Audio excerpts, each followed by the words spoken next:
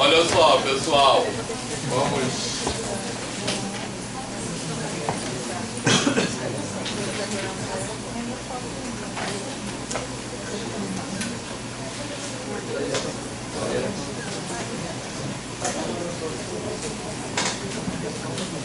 Olha só, depois eu vou falar direitinho o que cai na prova, mas é até a matéria de hoje, tá? Mas assim, nesse momento do curso, nós estamos nos encaminhando para falar da construção dos inteiros e dos racionais. E em seguida nós vamos falar da construção dos reais, e vamos falar dos números reais, etc. E aí o curso fica pelo menos em conteúdo mais parecido com o curso tradicional de análise, só que ainda assim fica muito diferente, porque a forma que eu vou falar desse conteúdo continua sendo muito diferente, mas em termos da lista de conteúdos fica mais próximo com aquilo ali, beleza? E aí vai ter topologia, derivada, continuidade, etc. Tranquilo?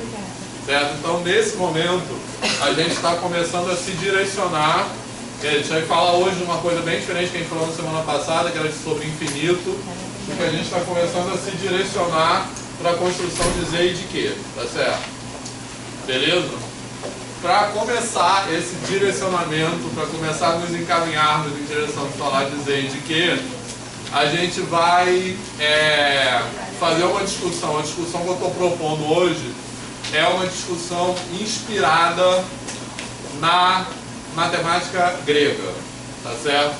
Beleza? Por isso que eu escrevi ali números e grandezas, tá? O que eu quero dizer com isso? Johnny, tá ok. O que eu quero dizer com isso? Não sei se todos sabem isso, assim, até que ponto, mas uma das características da matemática grega é que havia uma separação, uma distinção entre, vamos dizer assim, o mundo dos números e o mundo das grandezas, tá certo? Todo mundo sabe sobre o que eu estou falando? Tá, vou falar bastante sobre isso hoje. Que é assim, começar falando um pouco da maneira como a gente pensa em geometria hoje, certo? Eu acho que eu sempre faço uma crítica muito grande à forma como a geometria é ensinada na escola básica, né? Que eu acho que a abordagem de geometria é tudo menos geométrica, né? Eu até falo como uma afirmação mesmo assim, que é uma defesa de uma abordagem geométrica para a geometria, certo? Por quê? Porque a geometria no ensino de matemática hoje, na educação básica e até na educação superior, eu acho que ele virou um formulário e uma taxonomia, tranquilo? Certo? O que eu quero dizer com isso? Ele virou um conjunto de fórmulas e uma classificação, né? Uma taxonomia é isso, né?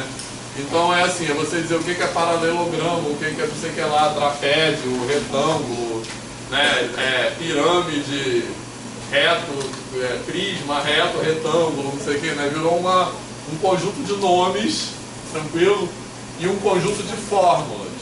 E a geometria ela já é apresentada, né? Assim, muitas vezes a introdução de geometria para os alunos na educação básica é dada logo tipo, como um conjunto de fórmulas. Tranquilo? Certo? Quer falar? Então, identificando o que eu estou falando, certo? Então, por exemplo, quando se discute o conceito de área, né? Muito frequentemente se começa a falar do conceito de área já jogando fórmulas de área, certo?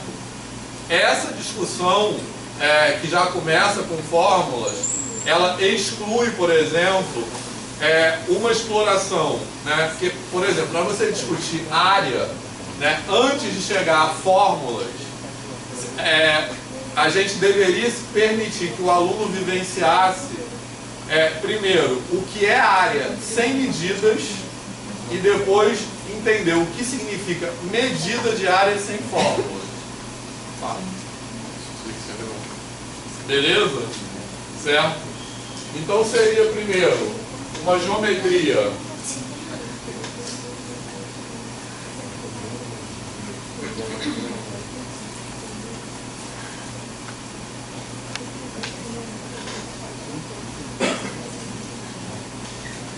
Depois a gente deveria ir, a meu ver, por uma...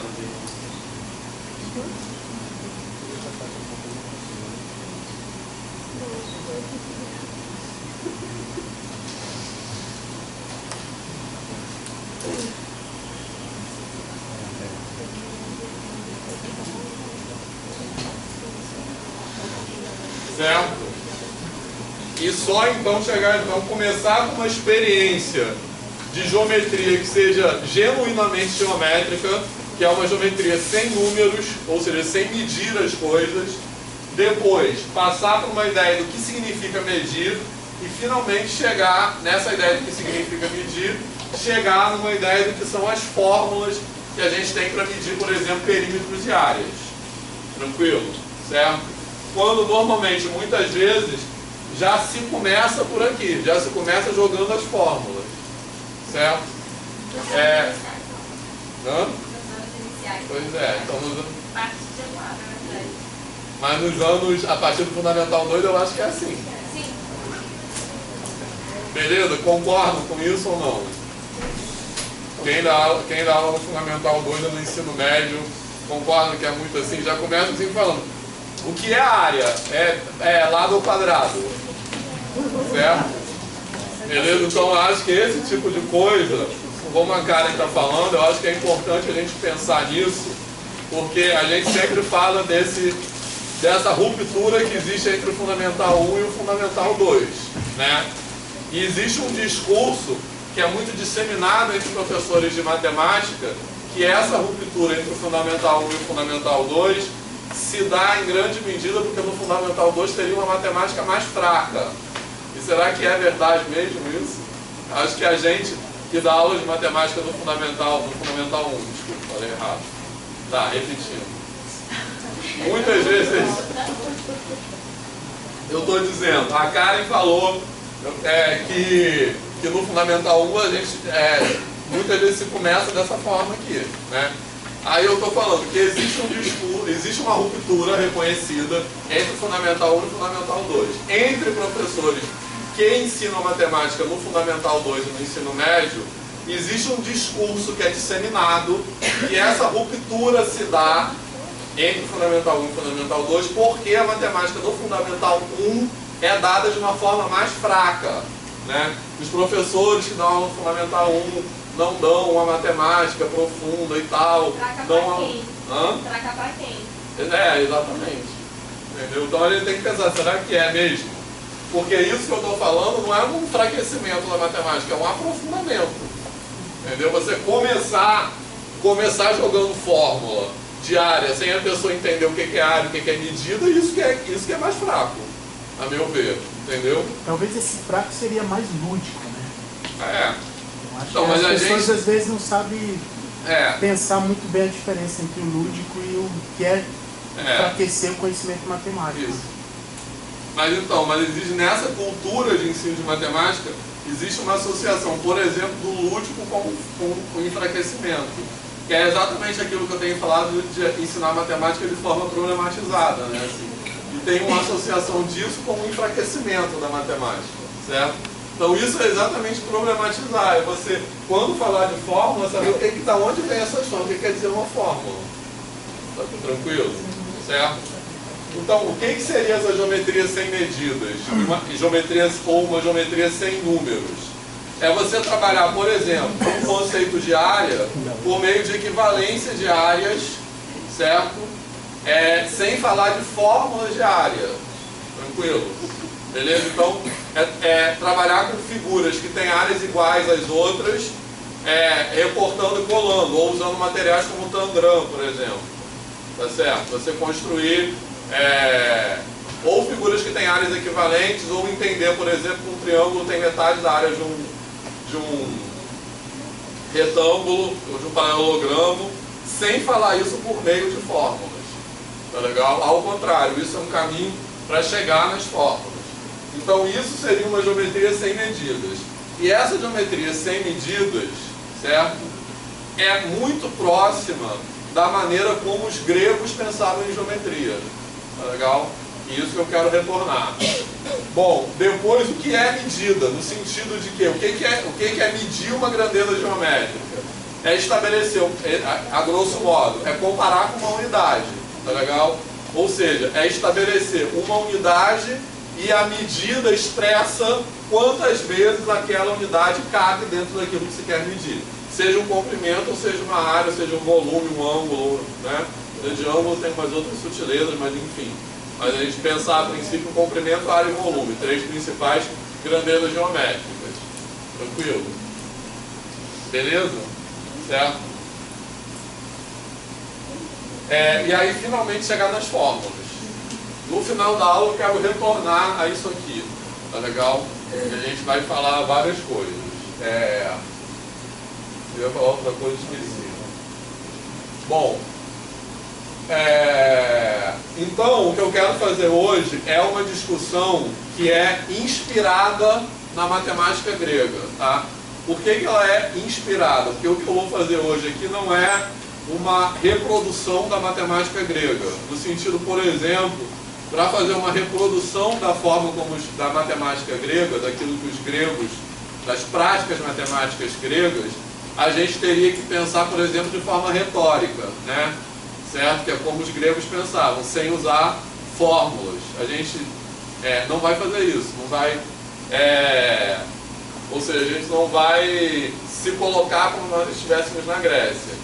Mas eu vou propor uma discussão que se inspira num aspecto específico da matemática grega, que é a separação entre o mundo dos números e o mundo das magnitudes. Tá legal?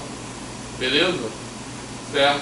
E isso tem a ver com essa geometria sem medidas que eu defendo que a gente comece o ensino de geometria na educação básica a partir daí. Tá? Então, o que quer dizer essa geometria sem medidas na matemática grega? Quer dizer o seguinte: quando a gente pensa hoje, né, na maneira como a gente está imerso no pensamento matemático contemporâneo, quando a gente pensa hoje, por exemplo, na área de um paralelogramo, o que vem à nossa cabeça? Assim? Base vezes altura. Tá tranquilo? Certo? Oi? Um triângulo, mesma coisa. Quando a gente pensa na área de um triângulo, o que vem à cabeça assim, imediatamente? Todos nós. Base vezes altura sobre 2. Certo? Então eu estou propondo essa discussão inspirada na matemática grega com uma maneira de nos deslocar desse lugar. Ou pelo menos de provocar um pensamento de que essa não é a única forma possível de pensar. Tá legal? Certo? Então, para os gregos, se vocês olharem lá, por exemplo, nos elementos de Euclides, certo? Tem toda toda a construção deles é retórica e é sem fórmulas. E não só sem fórmulas, como sem medidas. Então, eles falam exatamente de equivalência entre áreas sem atribuir valores numéricos para essas áreas. Tá legal? Então, o teorema que fala de áreas de paralelogramo, o enunciado desse teorema é assim, que o paralelogramo é equivalente a um retângulo de mesma base e mesma altura. Tá beleza? Certo? Então, o que eles faziam quando eles discutiam essas equivalências de áreas? Eles usavam aquelas noções comuns que tem lá no Euclides, beleza? Lembra aquelas 5 noções comuns? Quando a gente tem duas coisas iguais e a gente acrescenta partes iguais, então elas continuam iguais, etc. Beleza? Para demonstrar isso aí, para demonstrar se a gente desenha um retângulo assim e um paralelogramo assim, a ideia aqui é que eles têm a mesma base e a mesma altura, tá? Beleza? Certo, ficou claro isso. Então eles têm áreas equivalentes, mas eles falavam isso sem usar números para falar isso. Isso que é o ponto central, tá legal? Eles não, e sem usar fórmulas também, mas sem falar, tipo, a área disso aqui é 10, a área disso aqui é 10. Não tinha essa associação com números. Então, essa é uma geometria sem medidas, tá? E na escola básica, no Fundamental 1, no Fundamental 2, a gente pode fazer com que os alunos vivenciem isso também. Tá legal? Então, eles começaram com, por exemplo, a área com um retângulo.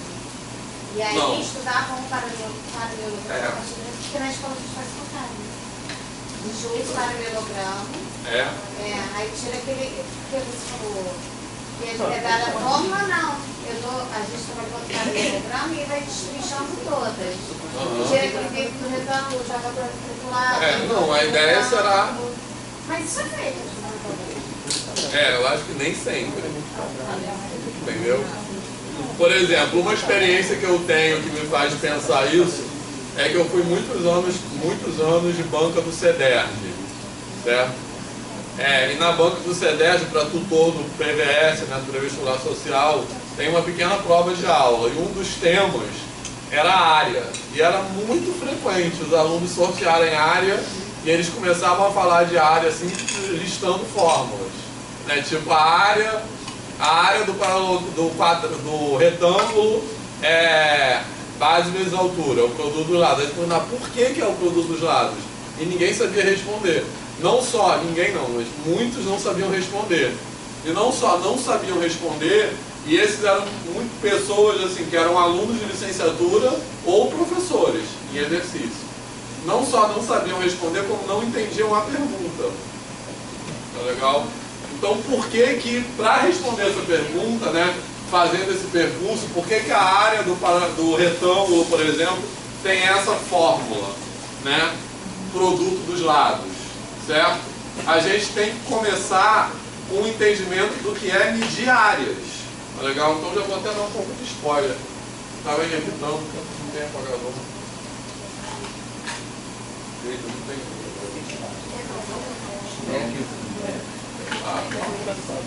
Tem apagador aí? Vou pegar então. Beleza. Ele tá muito bom, não. Vai ser Vou apagar essa. Tá bom. Beleza, olha só. Então, olha só. Da onde vem essa fórmula? Base vezes altura para o retângulo, por exemplo. Primeira coisa que a gente tem que entender é o seguinte, que de forma geral a ideia de medida, né, corresponde a você fixar uma unidade a grosso modo e verificar quantas vezes aquela unidade cabe dentro daquilo que se quer medir. Beleza? Isso é um aspecto, tá legal? Então, quando a gente diz, por exemplo, que essa parede aqui tem... Quantos metros você acha que tem aqui? Não, só na largura da parede. 7? Tá, 7, por exemplo. Ou 7,5. A gente está dizendo que a medida de referência, no caso, que é 1 metro, cabe 7 vezes e meia dentro dessa parede, dentro da largura dessa parede, certo? Então essa é a primeira coisa, entender que medida é isso, tá legal? Depois, entender uma outra coisa, porque repara, o que são essas fórmulas? O que é uma fórmula de área? Uma fórmula de área é uma coisa que estabelece uma relação entre uma medida de área e medidas de comprimento, concordam?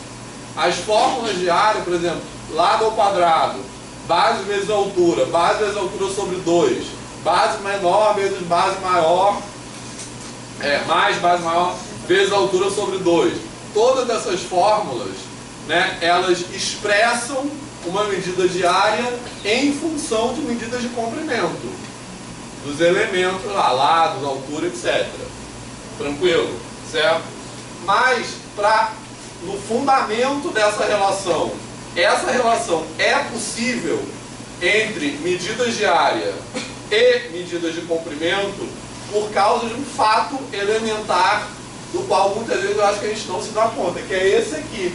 Sempre que a gente tem, ou seja, primeiro, medir é comparar com uma unidade, beleza? Primeira coisa. Segunda coisa, quando a gente relaciona medidas de comprimento com medidas de área, essa relação é possível porque existe uma relação entre as unidades. Ou seja, essa relação pressupõe que sempre que a gente tem uma medida de comprimento, associada a essa medida de comprimento, a gente tem uma medida de área, que é o quadrado com aquele lado. Tá legal? Beleza? Certo? Então, por exemplo, medir área ou assim como medir qualquer coisa, é verificar quantas vezes uma unidade padrão cabe dentro daquilo que se quer medir. Certo? Beleza? Então, eu quero medir a área desse retângulo, por exemplo. Beleza? Certo? Aí eu tenho que adotar uma medida padrão. Tá legal?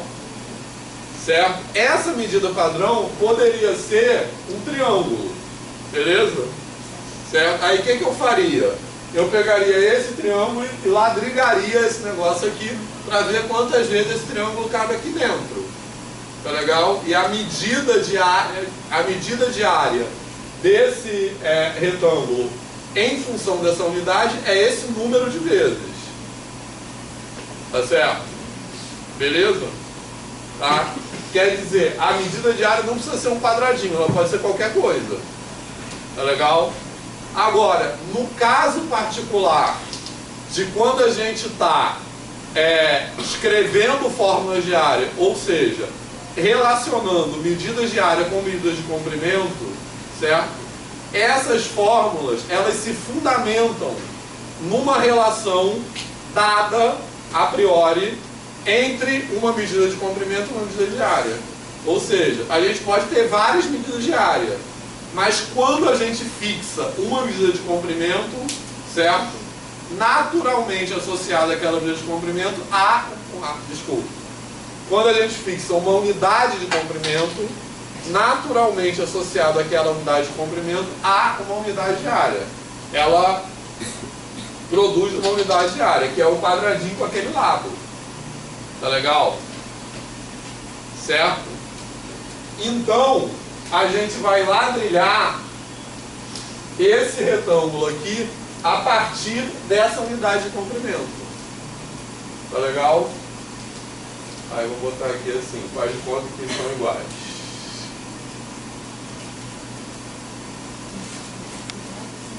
Tranquilo?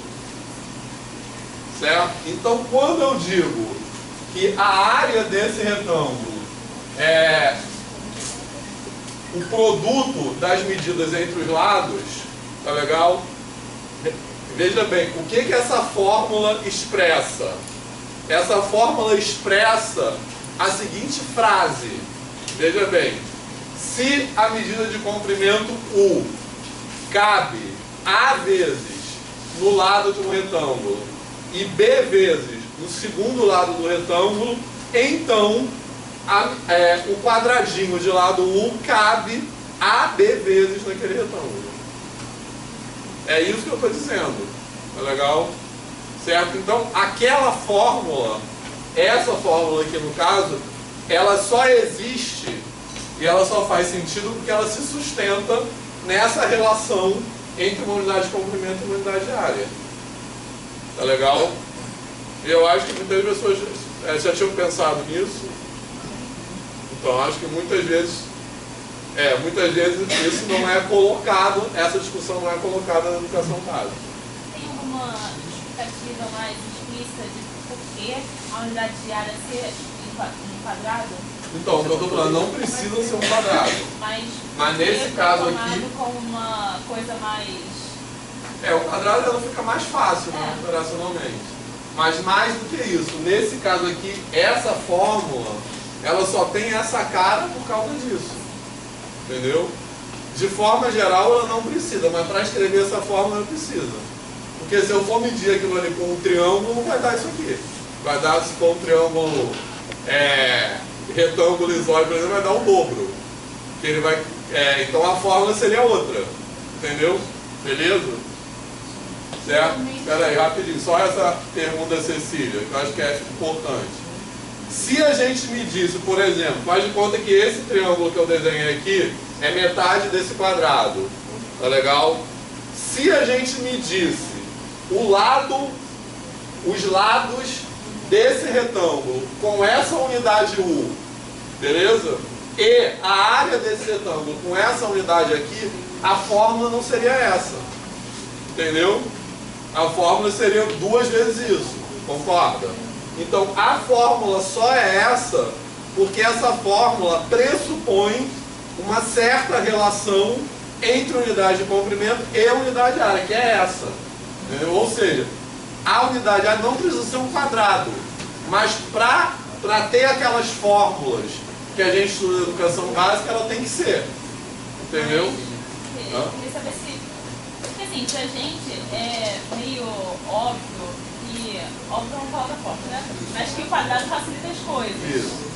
Mas tem alguma coisa que alguém já disse explicitamente que outro tipo de pessoa que fazia áreas de triângulos, alguma coisa assim? Outros, aí não sei. Se tem alguma outra cultura que fazia área com triângulos, mas o quadrado, ele facilita as coisas, né? E essa relação aqui é uma relação muito potente, no sentido que ela viabiliza todas essas fórmulas que a gente... Mas eu acho que na educação básica a gente, porque eu acho que um objetivo importante na educação básica é entender isso, que é a medida no sentido de comparar com uma unidade. Então, no caso específico de medidas de áreas, certo? Eu acho que eu defendo que a gente trabalha com várias formas de ladrilhamento, inclusive com triângulo, coisas que não seriam quadrados. Tá legal?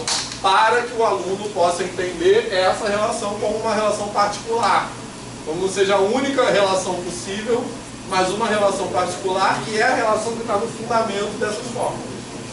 E aí daí vem o triângulo, vem o paralelogramo, vem o trapézio, vem tudo. Grace. Geralmente, quando eu estava no ensino fundamental, sexto ano, eu costumava começar os estudos diários com o geoplano. Aquela tábua né? E o geoplano eu utilizava tanto os quadrados como os triângulos, quando você consegue fazer qualquer forma. Só que eu não tenho visto mais os professores utilizarem como os alunos de sala. Geralmente eles já chegam, isso é um quadrado, a área é assim. Exato, então é isso que eu estou falando. Mas deixa eu falar uma coisa, os livros hoje em dia, eles trabalham medidas, porque assim, eu trabalho muitos anos de sexto ano, então assim, de início fundamental. Trabalham medidas e trabalham comprimento. Aí depois trabalham com as medidas para área, metro quadrado, tarará. Aí tem muito exercício assim, com esse triângulo, esse ladrilhado com triângulo, esse ladrilhado com semicírculo. Aí pede para calcular a área com essas figurinhas. O aluno responde assim, 5 triângulos daquele, a área. E aí depois que vem a área do paralelogramo, que aí puxa retângulo, quadrado e losango. E aí vai. Aí o trapézio, ele dobra o trígono. Só que aí eu acho que o retângulo deveria vir antes do paralelogramo, né? Porque ele é mais... Mas é porque eles estudam, assim, eu costumo trabalhar assim. É mais fácil ver por esse recorte assim. Só que também tem uma outra pegada que é puxar aqui os 6 paralelogramos, que são 2 pares paralelos, e os trapézios, que só tem um par de lados paralelos. Não, mas eu acho que o retângulo vem antes disso tudo. Porque o retângulo mostra essa relação de forma mais fácil. O retângulo ele consegue recortar, mas se for trabalhar com padrão, com alguma coisa, você consegue fazer os recortes melhor do que se começar a fazer. Exatamente. Então, tem esse trabalho com o geoplano, é uma possibilidade. E aí é até legal, de repente, os alunos construírem geoplano. Não tem problema nenhum de enfiar um prego na cabeça do outro, mas pode, sei lá, construir com algum material que não seja. Mas assim, tem a possibilidade. E aí tem, eu acho que é trabalho que você fez e levou. E fazer como atividade de casa porque o pai ajudasse a construir. Né? Eles não fizeram em sala, levam para casa como trabalho de casa, o pai, a mãe ajudavam em casa e eles traziam. Então foi. E os elásticos, porque você trabalhava as figuras com elásticos. Em que ano você fazia isso? Quinta série, sexto ano.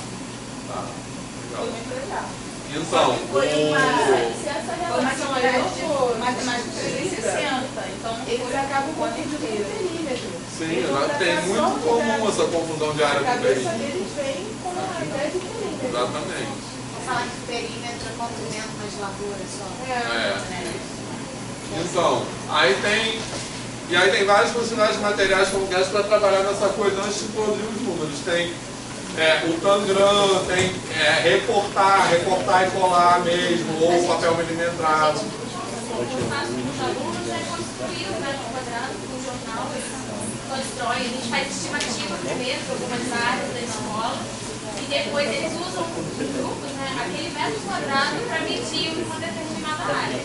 Então, como estratégia, eles automaticamente chegam à conclusão que o melhor caminho é medir, que seria a base, né? Eles chegam sozinhos. Sozinhos eles chegam na forma, porque eles falam, não precisa medir tudo que está dentro, não precisa medir todas as pesquisas, dá para medir esse lado e esse lado.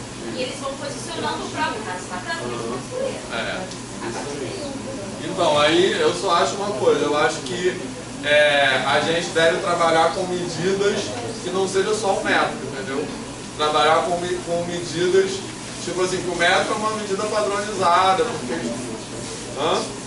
Mas quando a gente chega nas medidas padronizadas, já trabalhou, exatamente. Não área, no caso, mas... braço, dedo, exatamente, isso é bacana, isso é legal.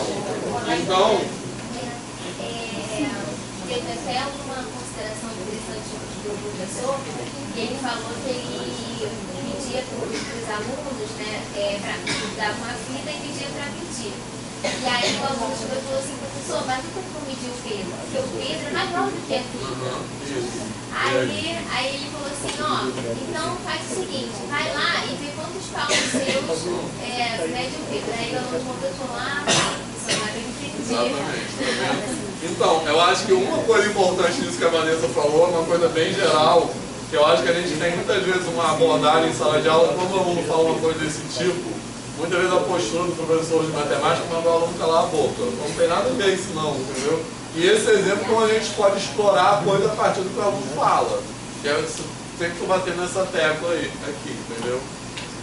Uma atividade interessante que eu acho também, assim, o aluno entender, é por isso que eu falei, que muitas vezes começa, não só começa com os sistemas de medida padronizados, metro, litro, não sei o quê, certo? Como também a discussão sobre medida, ela se resume àquele negócio de quantas casas que eu vou dar com a vírgula, quantos zeros eu vou botar, né? Para passar de metro para quilômetro, quantos zeros tem que botar, beleza? Então entender o seguinte, que o valor numérico da medida depende da unidade que você escolhe. E que quanto menor a unidade, maior vai ser esse valor numérico da medida. Que eu acho que eu ouvi muitos depoimentos de professores que falam que a criança acha o contrário. Que quando você diminui a medida, diminui a unidade, você diminui o valor numérico da medida, né?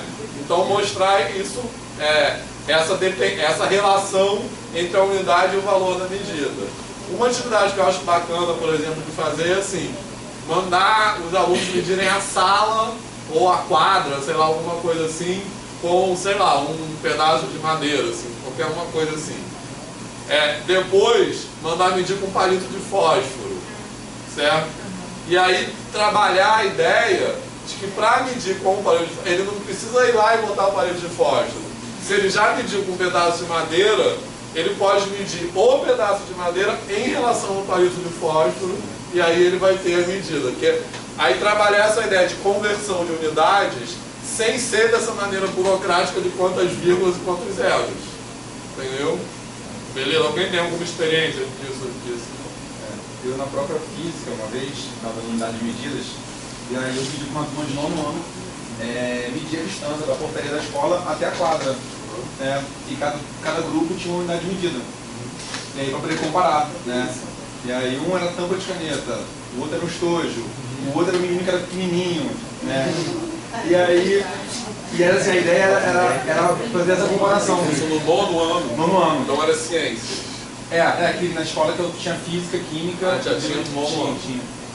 Aí o engraçado assim, que às vezes ele pegava um menininho, deitava marcando ele. Não, gente,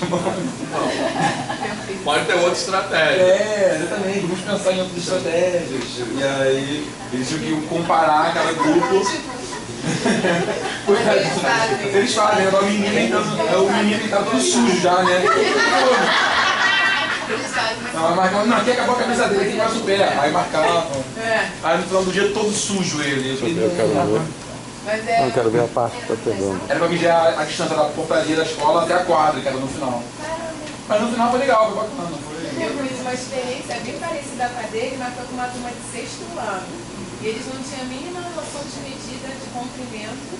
E eles começaram a trabalhar com a medida do braço, do dedo, do polegar. E assim, também tinha o menininho também. Só que o do menininho era engraçado porque eles faziam cadeirinha para subir, pegavam um colega do mesmo tamanho, aí botava ele no ombro do outro, aí daqui a pouco estava quase fazendo uma pirâmide na sala, né, para chegar no teto, que eles tinham que medir a parede, né, da lateral. E aí, então quando eles viram que não dava mais, aí eles começaram a imaginar, então eles começaram a estimar. Ah, acho que ele cabe um pouquinho ali, ele cabe até o ombro, então quanto que é até o ombro? Aí eles começaram a procurar meios, até teve um que falou assim, qual é a sua altura? Aí ele, eu tenho um não sei quanto. Aí eles começaram a pensar, o grupo aí eles começaram a somar a altura do menino, saber a altura da parede. Eles chegaram sozinhos na medida de comprimento. 2 João e meio. Outra coisa que eu acho fundamental que a Jéssica tocou é essa questão da estimativa, né? Que a gente está acostumado, eu acho em geral tem uma cultura de trabalhar muito pouco isso em matemática estimativa. Então nesse momento das medidas, tipo igual eu fiz agora, né? Quanto vocês acham que tem isso aqui? E eu mesmo tenho dificuldade nisso. Eu acho que ao longo da minha educação escolar eu tive pouco isso, de falar daqui tem quantos metros aqui até lá. E tanto quando a gente fala das medidas, quando a gente fala também das operações com números naturais. Então, antes de fazer uma conta, quanto vai dar isso aqui mais ou menos? Né? Que tem aquela, por exemplo, típico, aquela divisão, sabe aquela situação de divisão que pula um zero? E que aí dá um resultado tipo, nada a ver, 1000 não sei quanto dividido por 7 que dá 15. Assim, sabe? Então, do aluno trabalhar, será que quanto dá mais ou menos isso? A gente trabalha isso muito pouco na escola. Em matemática, eu acho. Paula. Não, eu acho que o professor até falou, pega o jornal e faz o metro quadrado. A gente tem que ter noção assim, mais ou menos quanto é um metro, centímetro quadrado, 1 quilômetro. A gente, de um poste a outro tem 50 metros, você fala, de um poste a outro tem 50 metros, a ponte tem 13 quilômetros, pelo menos assim. Eu vou falar uma realidade. A gente usou essa atividade do metro quadrado como uma atividade sábado letivo, na escola e os pais estavam presentes. E eles viram as crianças construindo um metro quadrado. Olha, que foi um coro. Isso que é um metro quadrado. Dos pais. Dos pais. Um coro, tá? Gente, ninguém explicou assim. Eu já teria entendido. Assim, E aí uma atividade interessante fazer com isso é fazer a estimativa de quantas pessoas estão no local, porque aparece muito isso, né? Calcular a manifestação. E aí faz isso com eles, né? Quantos cabem sentados nesse metro quadrado, quantos cabem em pé, então... Uma história que eu sempre conto disso, não sei se eu contei aqui, é do número de insetos. Eu contei isso aqui. É que eu sempre conto essa história e eu fico com medo de estar repetindo, porque eu estou nessa idade, enquanto eu vivo. Que é o seguinte, que é uma história que eu vi na televisão, por acaso, isso, que era uma pessoa, que era um cara assim, uma reportagem sobre insetos. Aí era perguntando pessoas na rua, a pergunta era, quantos insetos você acha que tem no mundo? Quantos indivíduos? Insetos.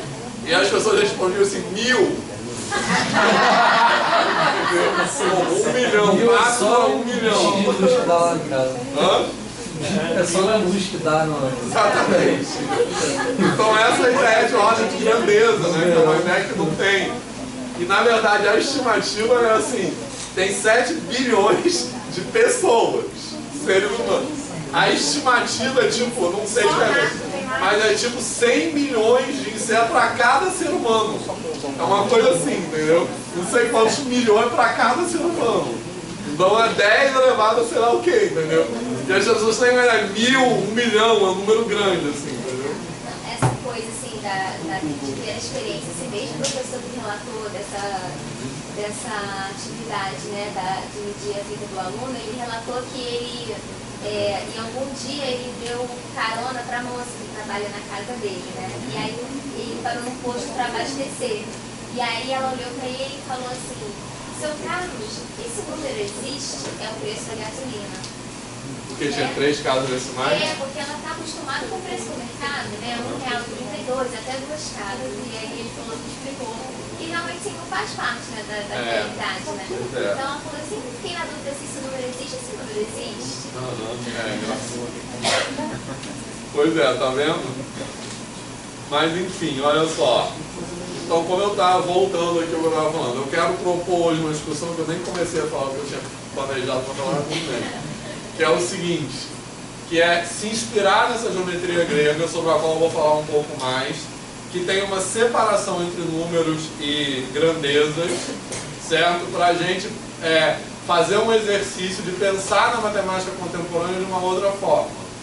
Que também é um exercício que tem a ver com aquilo que eu tenho falado de decolonialidade, que não é substituir a matemática contemporânea por outra matemática, mas é a gente se dar conta, tomar consciência que existem outras formas de pensar e que essas outras formas de pensar, elas podem nos fornecer outras perspectivas para a matemática contemporânea, certo?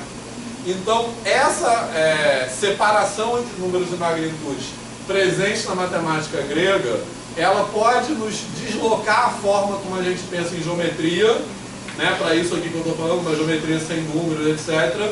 Mas, sobretudo, o que eu queria propor hoje é que ela pode deslocar a forma como a gente pensa em álgebra também. Nesse ponto que eu queria chegar, se der tempo, certo? E na aritmética e na álgebra, beleza? Certo? O que a gente entende por aritmética e por álgebra hoje? Beleza? Não vou nem falar muito porque eu não quero dar spoiler. Mas eu quero chegar nesse ponto. Beleza? Certo?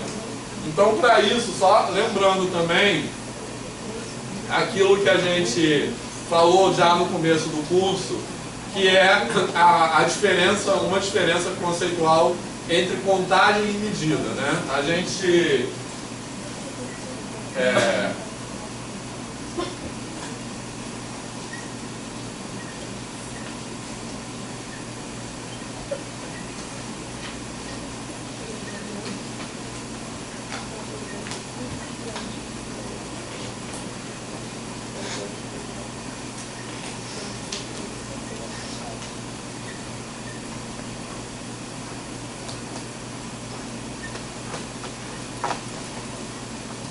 beleza? Certo? Isso que a gente falou já no começo do curso, tranquilo?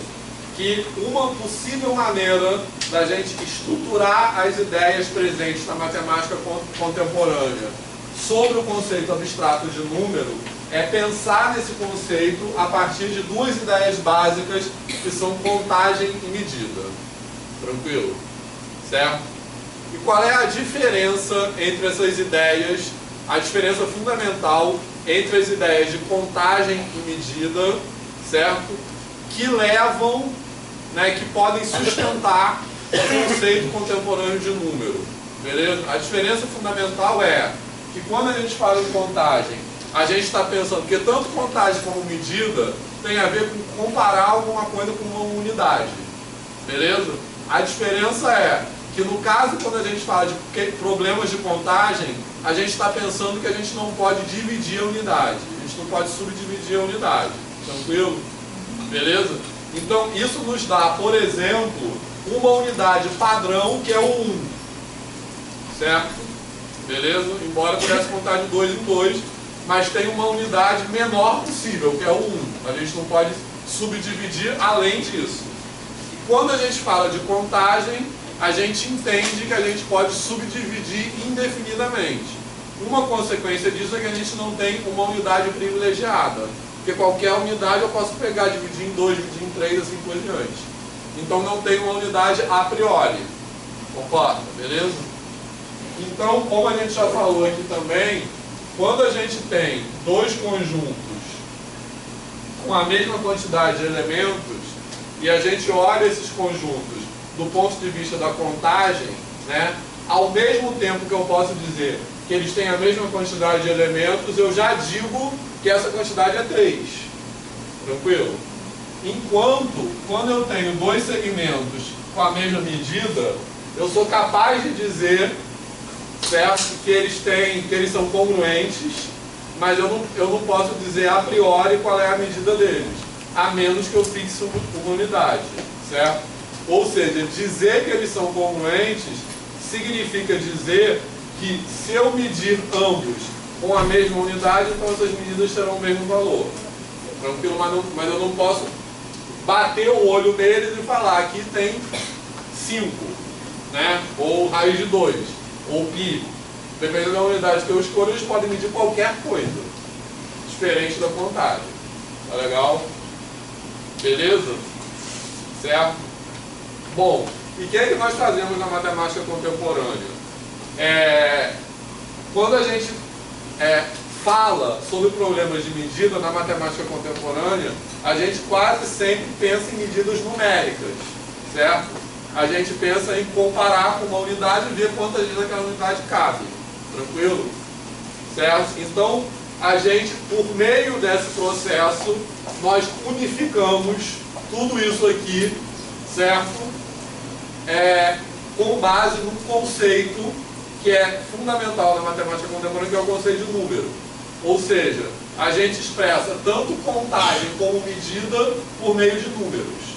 Só que contagem vamos nos levar a contagem vai nos levar aos números de contagem, que são os números naturais, e a medida vai nos levar aos números de medida, que são os números reais.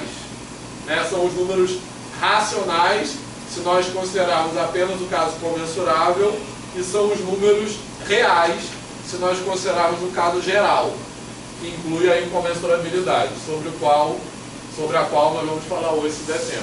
Mas está claro isso aqui? Beleza? Então, qual é a diferença fundamental que eu quero me inspirar hoje?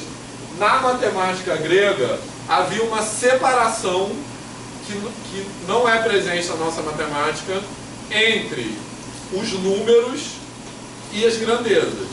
Então, no mundo dos números, eram os números de contagem só. Então, o que os gregos entendiam por aritmos, né? Aríthmos, que é a palavra grega, que é traduzida para números, da qual vem a palavra aritmética, por exemplo,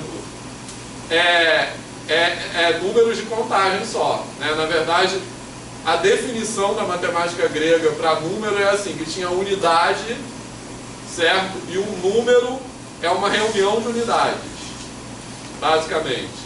Então, na verdade, na matemática grega, nem o 1 era número, o número era só a partir do 2. O 1 era unidade, então o 2 era um conjunto de unidades, uma reunião de unidades. Então, o número é do 2 em diante, né? Que é a palavra aríthmos, né? Que quer dizer número. Beleza? Certo? E o mundo das medidas era um mundo separado desses, porque eles... das medidas não, desculpa, das grandezas. Era um mundo separado desses, porque eles falavam das grandezas geométricas, ou seja, eles operavam com as grandezas geométricas sem atribuir a essas grandezas valores numéricos, como nós fazemos hoje quando nós pensamos em medida. Beleza? Certo? Então, por exemplo, na matemática grega, dizer que duas coisas tinham... por exemplo, se a gente falar assim... a gente ouvia assim, calcular o perímetro do círculo. O que é calcular o perímetro do círculo? O que vem à nossa cabeça?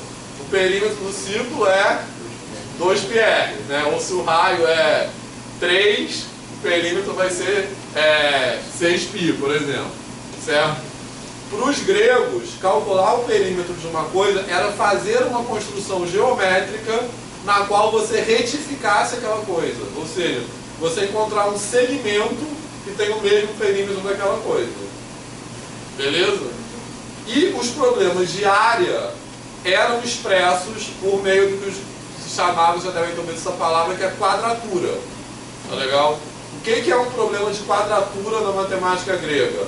É você construir um quadrado equivalente em área a uma figura dada.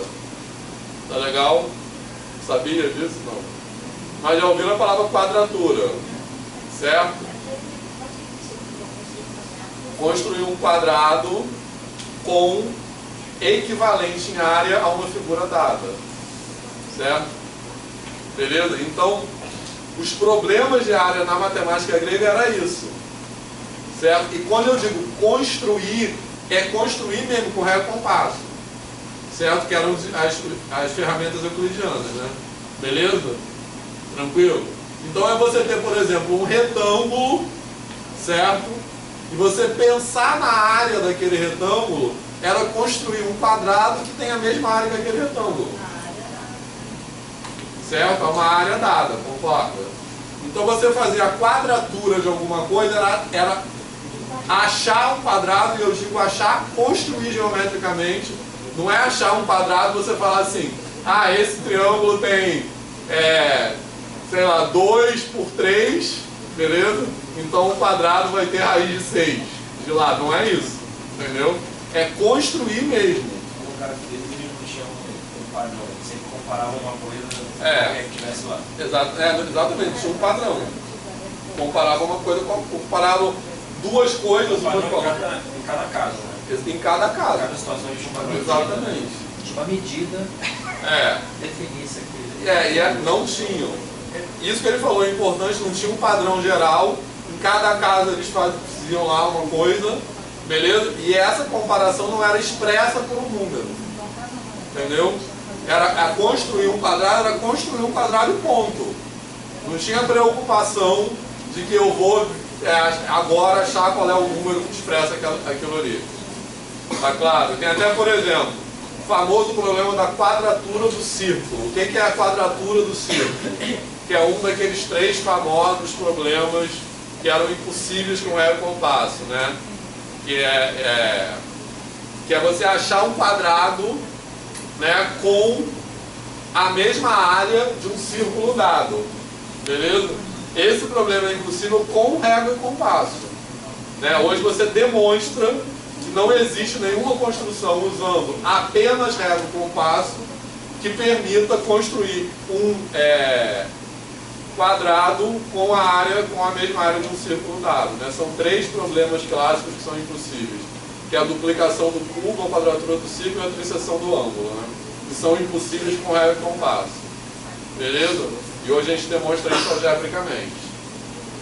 Tranquilo? Mas ficou claro essa ideia? O ponto que eu quero ressaltar aqui é o seguinte: trabalhar com grandezas para os gregos era trabalhar internamente relações entre essas grandezas sem expressar essas relações por meio de números. Tá? Tá clara essa ideia? Beleza? Ele não expressa por meio de números, não expressa por quais meios? Comparando uma figura por construções geométricas primeiro. Só queria achar outra que também não. Aí não comparava duas coisas já prontas. Sim, poderia até comparar, mas essa comparação era por meio de uma construção geométrica. Mas aí como que dava essa comparação?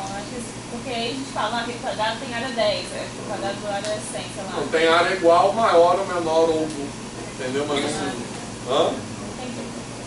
Professor, daí tem a expressão quadrado perfeito?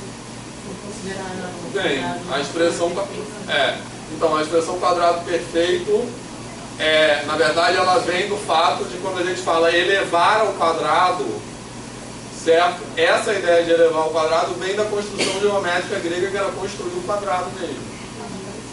Entendeu? Certo? Beleza? Então essa comparação era feita por meio de construções geométricas. Então você dizer que duas figuras têm área igual, por exemplo, certo? Por exemplo, duas possibilidades. É você ter uma figura e descrever uma construção que você obtenha um quadrado com a mesma área daquela figura, certo? Ou outra possibilidade, você ter duas figuras e ter uma construção que de uma chegue na outra e que preserve a área. Tá legal? Certo? Na minha cabeça, ele ainda o fato de comparar com a outra, ele já está usando a outra como unidade de medida dele. Mas não tinha uma unidade padronizada. Não é universal. Mas também não tem, assim como a gente falou aqui, o garotinho é uma unidade de medida, um palito, uma régua. Não, isso é uma maneira de pensar. Mas eu acho que eles não pensavam dessa maneira. Eles não tinham a ideia, o conceito de unidade de medida. Entendeu? De repente, para comparar segmentos, por exemplo, se você vai contando a numeração, né? A medida em número. pode colocar um segmento em cima do outro, né? A gente vai ver que... Aí a comparação a gente vai saber quem é menor, quem é maior. Saber isso, exatamente.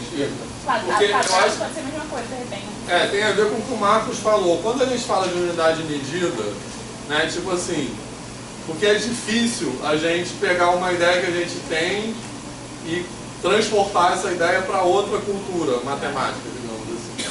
Então, quando a gente pensa na nossa cultura matemática contemporânea de unidade medida, em geral é a gente fixar uma unidade com a qual a gente vai medir várias coisas, ou até vai medir todas as coisas. Quando a gente fala do sistema métrico, é isso.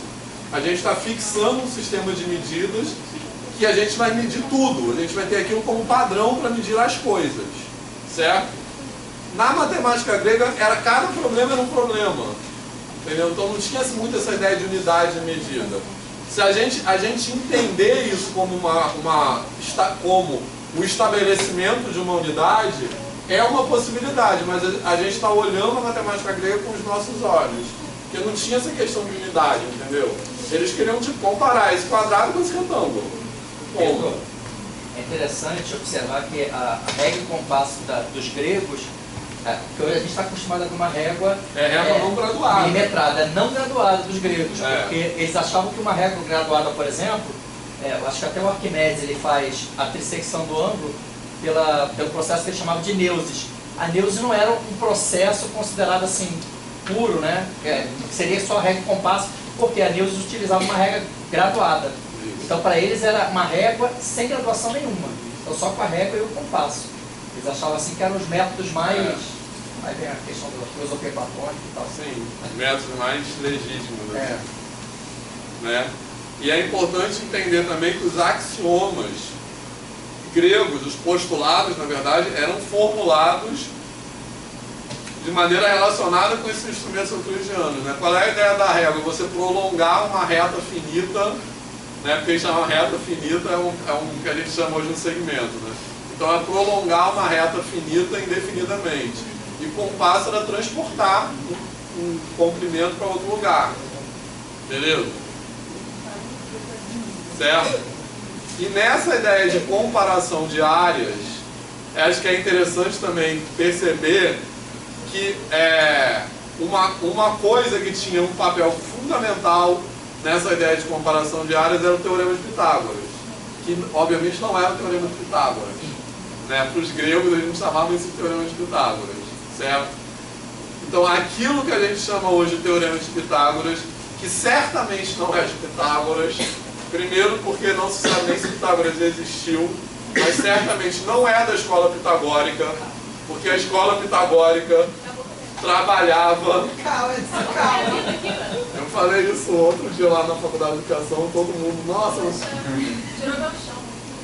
Então, o que existia era um grupo chamado Escola Pitagórica, certo? A escola pitagórica, que data mais ou menos do século VI a.C., era uma, sei lá como descrever, uma seita, sei lá, porque era uma coisa meio que misturava matemática com uma visão mística do mundo, né?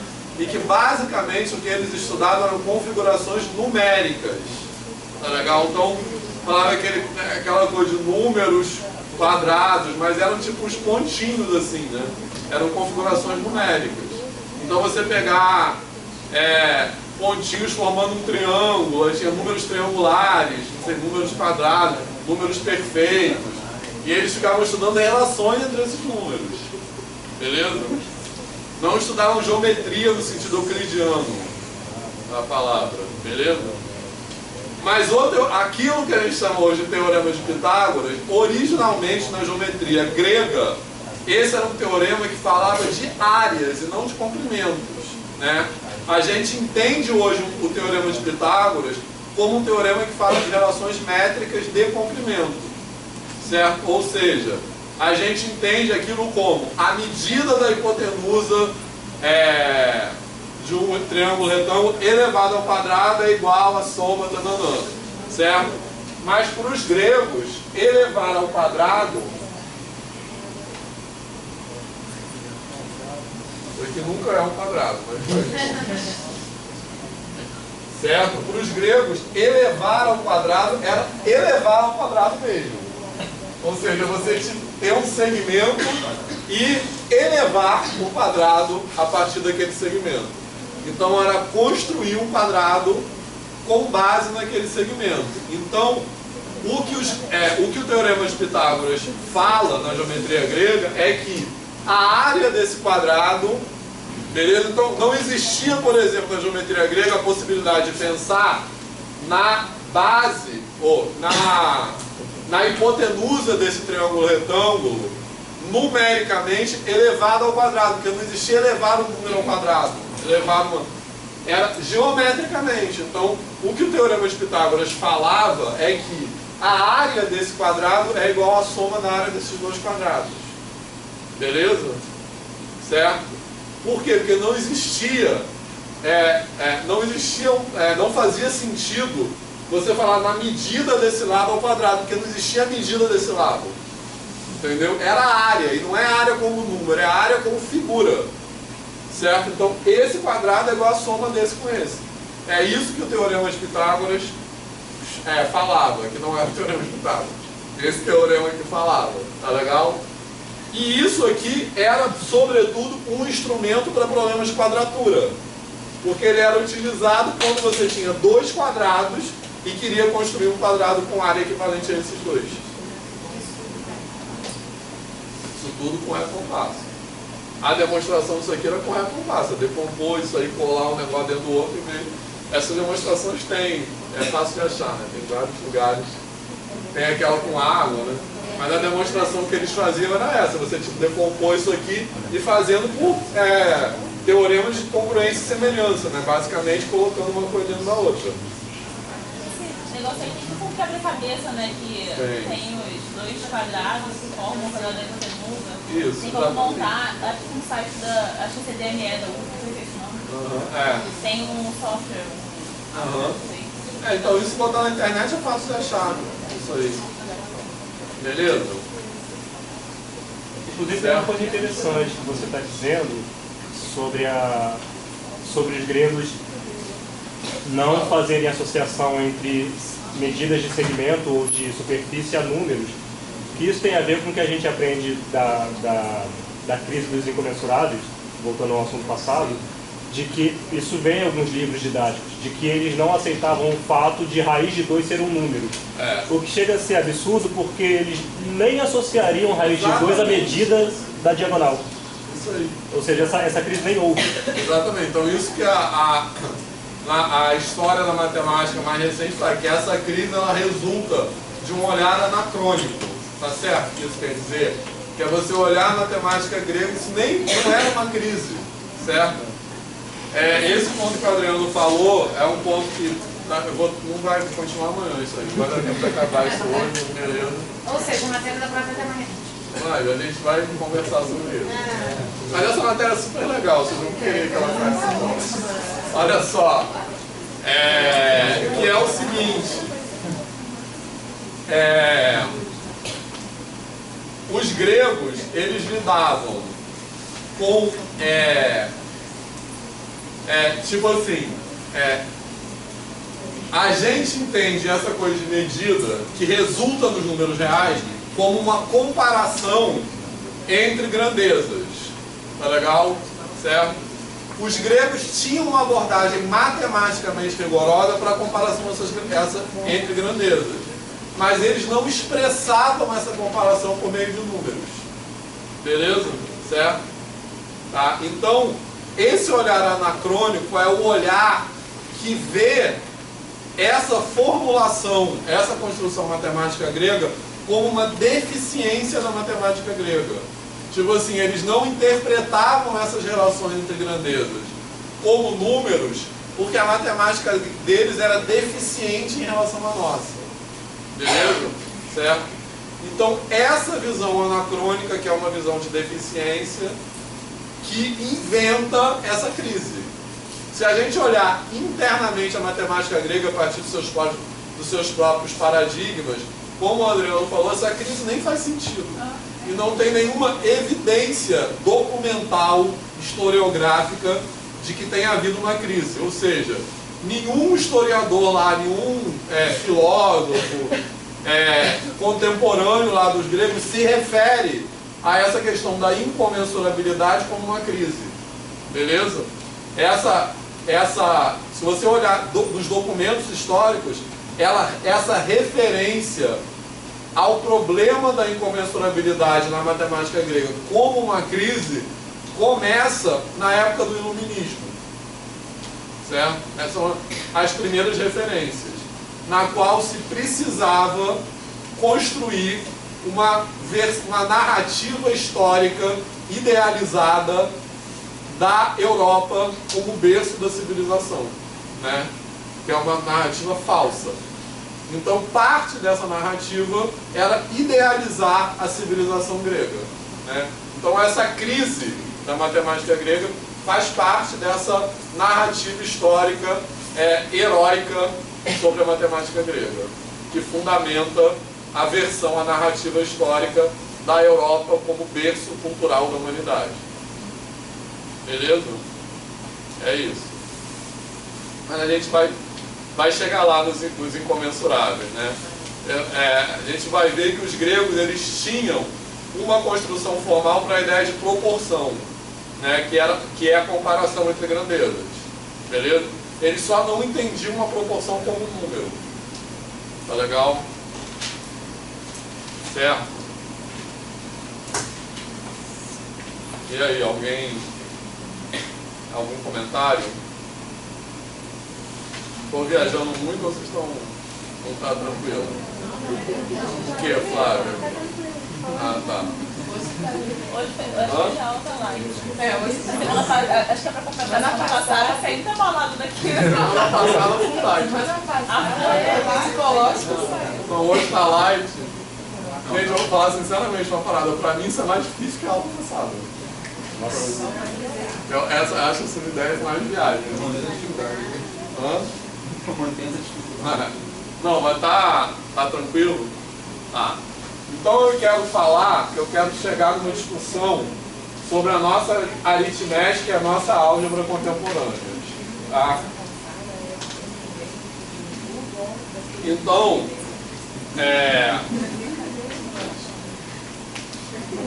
vamos pensar em grandezas geométricas a princípio de comprimento e área. Tá legal? Certo? Então eu vou propor aqui para a gente pensar 3 situações sobre, assim, vamos dizer, a maneira muito vaga inicial de coisas que a gente pode fazer com comprimentos e áreas. Tá legal? Coisas, eu vou falar quais são as coisas. Daqui a pouco eu vou usar uma palavra mais precisa para essas coisas. Certo? Mas é porque eu estou evitando spoiler, por isso que eu usei coisas. Olha só. Que a gente vai fazer um exercício de nessas coisas geométricas que eu vou fazer, vão aparecer relações entre grandezas e números. Tá legal? Mas a gente não vai, os números vão aparecer de uma forma que a gente não vai associar as grandezas a eles. Tipo assim, intrinsecamente uma grandeza está associada a um número. Tá legal? Certo? Então, a primeira coisa que a gente pode fazer, se eu tenho 2 segmentos aqui, que eu vou chamar de AB e CD. Tá legal? Aí eu já não estou mais, por isso que eu falei que a gente vai ter uma inspiração na matemática grega, mas não vai ser fiel a ela. Porque para ser fiel a ela, eu não poderia nem escrever ABCD aqui, tá? Certo? Porque eu não tinha essa ideia de dar nomes às coisas, beleza? Estão ligados nisso, né? Na matemática grega, nem árabe, não tinha essa ideia de você atribuir um rótulo, um nome, né? Essa coisa que a gente entende como simbologia matemática hoje em dia. Não existia isso. Quando que veio isso? Isso foi surgindo aos poucos, né? Tem a versão histórica que na matemática grega já tem um pouco isso, mas muito tempo depois. Tipo, já depois de Cristo, que começa a ter as primeiras, que é o Diofanto, que começa a fazer, são coisas muito mais recentes. E começa a ter coisas assim, por exemplo, que você começa a usar abreviaturas das palavras. Tipo, aquele símbolo de integral vem de um S. Entendeu? Começa a ser, quer dizer, um processo foi de vários séculos. Beleza? Mas, se vocês olharem os enunciados dos teoremas, né, e das definições, as demonstrações, não tem seja X, não existe isso. Tá certo? Por exemplo, essa definição de proporcionalidade, que eu vou falar sobre ela amanhã, o enunciado dessa definição é o seguinte: considere 4 grandezas de mesma espécie. Então, essas grandezas, eu vou recitar para ter uma ideia do que eu estou falando. Essas grandezas são proporcionais quando? Sempre que a primeira grandeza multiplicada por um número for igual à segunda grandeza multiplicada por outro número, então a terceira grandeza multiplicada pelo primeiro número será igual à quarta grandeza multiplicada pelo segundo número. Conseguiram visualizar o que eu estou falando? A gente falaria, sejam 2 números, m, n, e 4, a, b, c, d. Então eu tenho n multiplicado por a igual a n multiplicado por b, então n multiplicado por c igual a n multiplicado por d. Certo? Só que não tinha que ser, era tudo assim. Pegue aquele número e faça, some com não sei o que, entendeu? O primeiro número, o segundo número, era tudo assim. Beleza? Então nem isso aqui a gente poderia fazer. Certo? Beleza?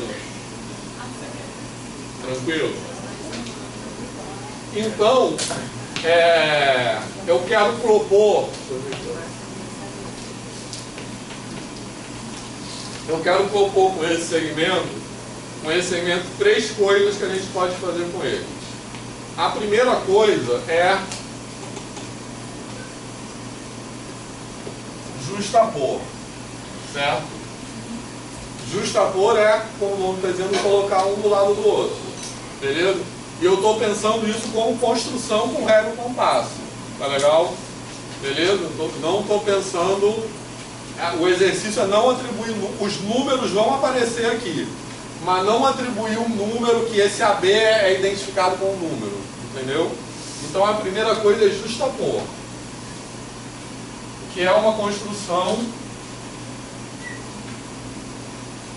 que eu posso fazer com régua e compasso, tá legal? Certo? Posso fazer essa construção com régua e compasso, tá legal? Tranquilo? Que é tipo, desenhar uma reta suporte, marcar um ponto, transferir um para lá, outro para lá. Estou pensando nessas operações como operações geométricas. Tá legal? A segunda coisa é comparar. Comparar, aí já vai aparecer uma ideia de número, tá legal? Mas é uma ideia de número que nasce, não é aquilo que eu estava falando com a Carol, não de você ter uma unidade padrão que você vai rotular aquilo ali a partir dessa unidade padrão, mas é você verificar quantas vezes um cabe dentro do outro, tá legal? Então, é sobre isso eu vou falar em seguida sobre a definição de proporção, que tem um papel-chave nisso aí. Por isso que esse quantas vezes, por enquanto, tem que ficar entre aspas. Tá legal? Então, comparar, que é tipo colocar assim, ó. Tipo, eu posso ver que isso aqui cabe 2 vezes dentro desse. Tá legal? Beleza? Certo? Quantidades inteiras ou pode ser? Pode pensar por enquanto em quantidades inteiras. Porque eu vou escrever a terceira coisa e aí depois eu vou voltar a isso aqui. O que significa comparar, né? Na matemática grega e na nossa matemática. Tá legal? Beleza? Mas por enquanto pensa em quantidades inteiras. Certo? Quer ver quantas vezes uma coisa cabe dentro da outra. Tá legal? Isso. São 2 segmentos fixos que eu quero fazer coisas com eles. Tá legal? Certo? E a terceira coisa é construir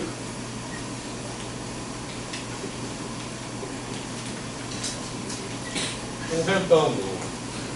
Tá legal? Certo? Construir um retângulo tendo eles como lados. Tá?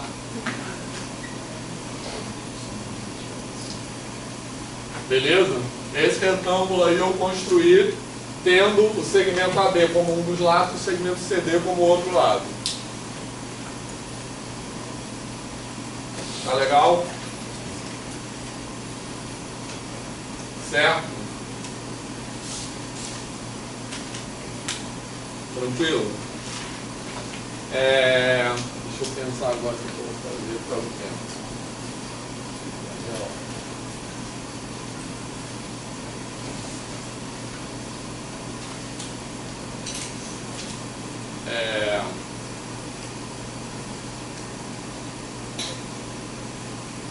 Tá, olha só, vou fazer o seguinte.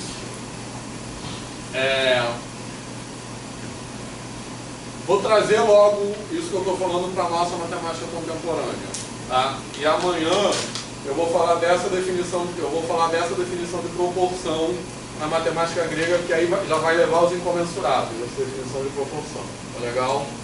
Certo? Mas vamos pensar, por enquanto, que nessa ideia de comparação tem uma ideia de proporcionalidade embutida, tá?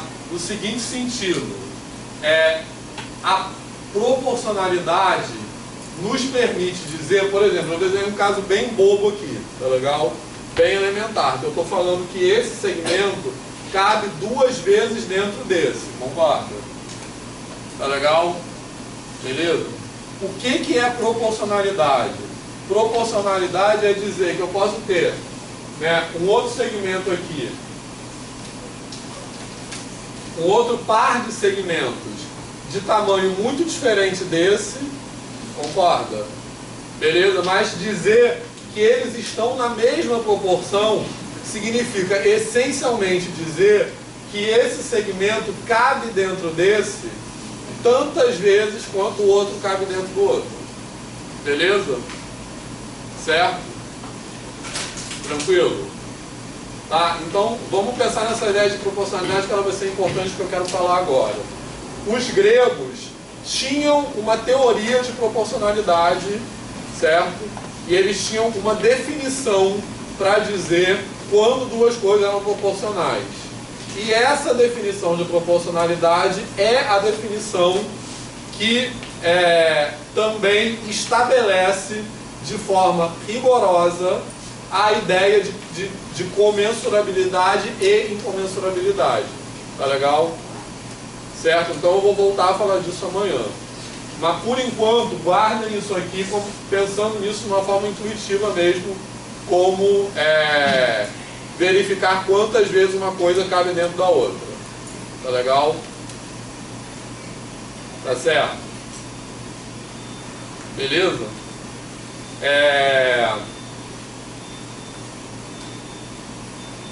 Então, agora o que eu quero falar hoje, então, é o seguinte, foi uma mudança de planejamento. É o seguinte, essa ideia de justapor, certo?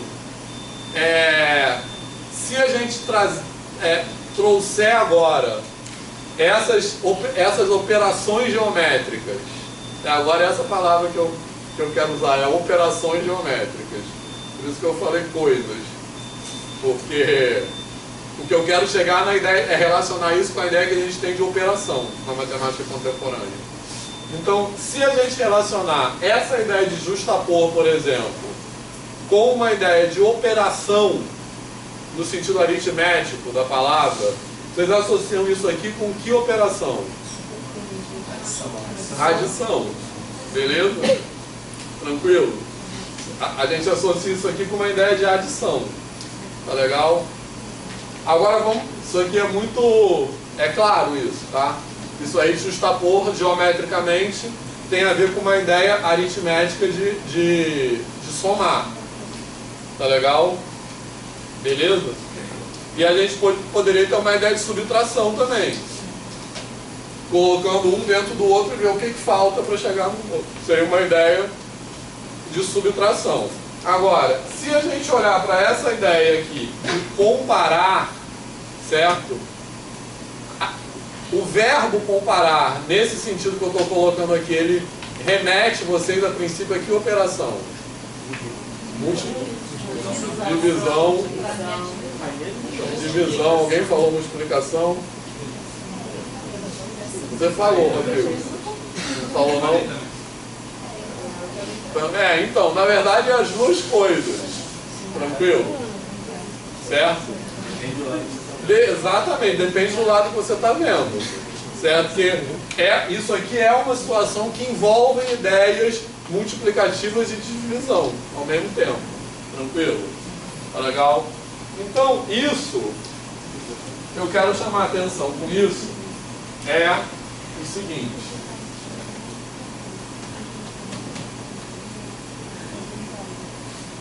A gente tem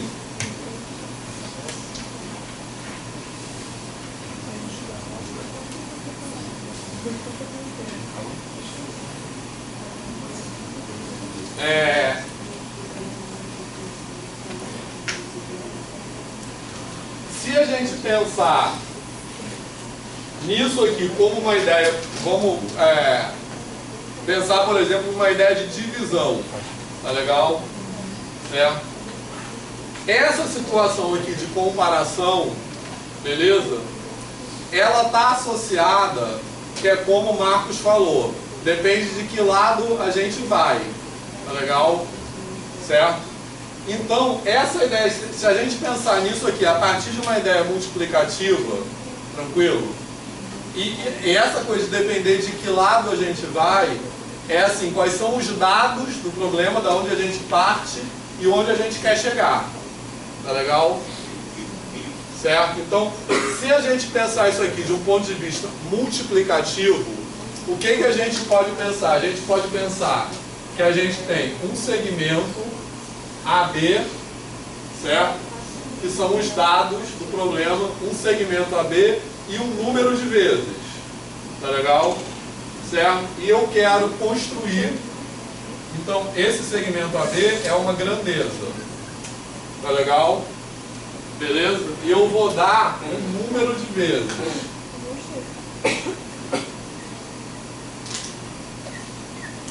Tá beleza?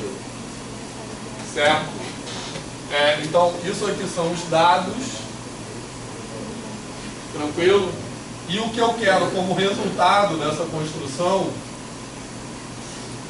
certo? É o resultado N vezes AB. Tá legal? Esse número de vezes multiplicado pelo segmento AB. Tá legal? Beleza? E pensando nessa operação que eu estou escrevendo aqui como uma operação geométrica. Tá legal? Porque eu estou pensando, isso aqui é um número, isso aqui é um segmento. Eu não vou pensar nesse AB como um número também. Então, o que significa multiplicar AB por 2? Significa eu desenhar AB e justapor por outro segmento de mesmo comprimento que AB.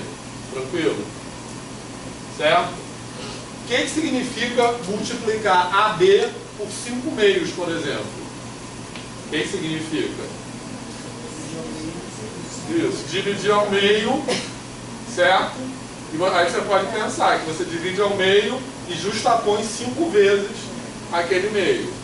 Tá legal? Beleza? Então, o que significa multiplicar AB por uma fração? M sobre N. É dividir AB em N partes iguais e multiplicar N vezes aquelas N partes iguais, por exemplo. Tá certo? Beleza? Então, repara que para fazer essa construção, eu não preciso pensar em AB, porque eu não preciso medir AB, concorda? Certo? Beleza? Não preciso medir AB. Eu posso fazer isso puramente geometricamente. Tá legal? Certo? Agora, se a gente for pensar na situação de divisão que corresponde a essa situação de multiplicação, como é que isso se transforma numa divisão? Não é transformar, porque como o Marcos falou, é olhar do outro lado, na outra direção, certo? Então como é que isso se associa com uma situação de divisão? Perguntar quantas vezes cabe. Isso. Mas na verdade tem duas situações de divisão associadas a isso aqui.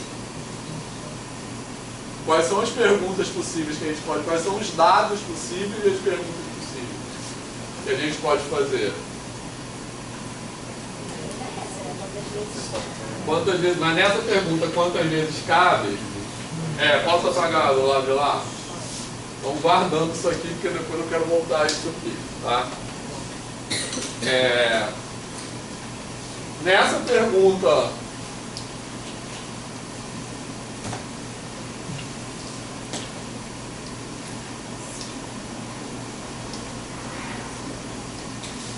Nessa pergunta, quantas vezes cabe, quais são os dados?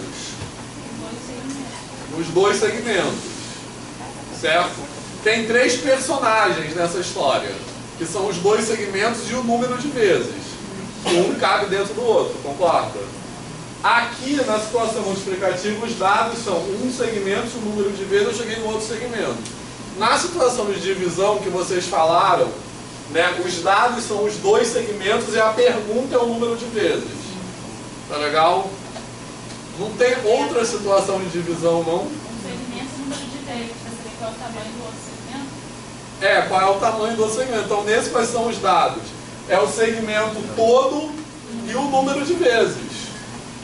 Certo? Então, uma possibilidade de situação de divisão, eu vou botar assim, ó. Essa aqui é a grandeza,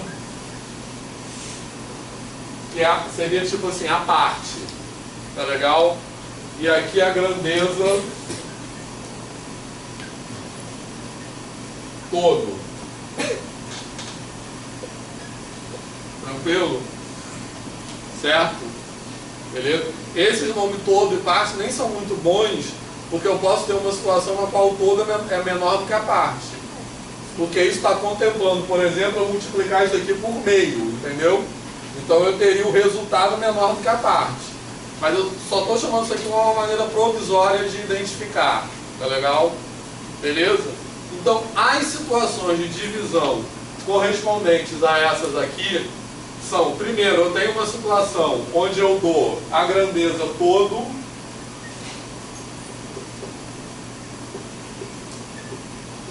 e eu dou o número de partes.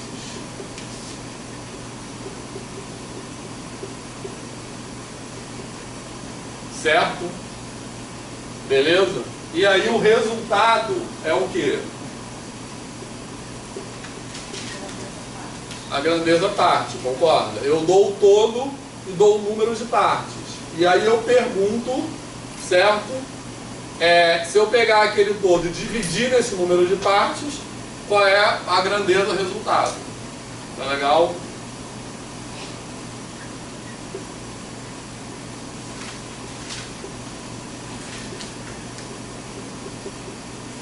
E qual é a outra situação de divisão também? O todo é a parte, que é quando os dados que eu tenho são a grandeza todo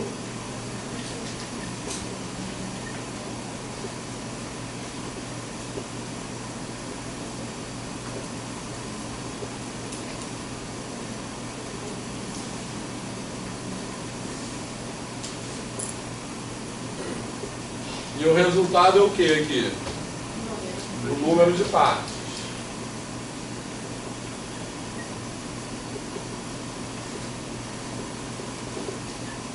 Agora aconteceu uma coisa interessante na aula de hoje. Olha só, olhando para essas duas situações, na verdade o que a gente está olhando são dois significados possíveis para a operação de divisão, né? Esse significado aqui é aquele que a gente chama, em geral, de um significado de repartição.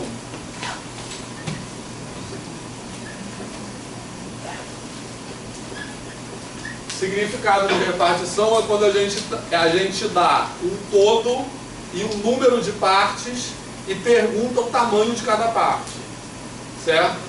E o outro significado é um significado de medida, tá legal? Para divisão, que é quando a gente dá o todo e a parte e pergunta o número de vezes que a parte cabe dentro do todo, tá legal? Beleza? São dois significados diferentes para divisão, tá? Calma que eu tenho um terceiro. Mas são dois significados diferentes para divisão. Agora, o que aconteceu? O que eu acho que foi interessante hoje aqui? Qual dos dois vocês acham que é mais comum na educação básica? O primeiro. Qual vocês falaram de primeiro aqui hoje? O segundo. Por que vocês falaram primeiro e segundo, se esse aqui é mais comum na educação básica? Hã?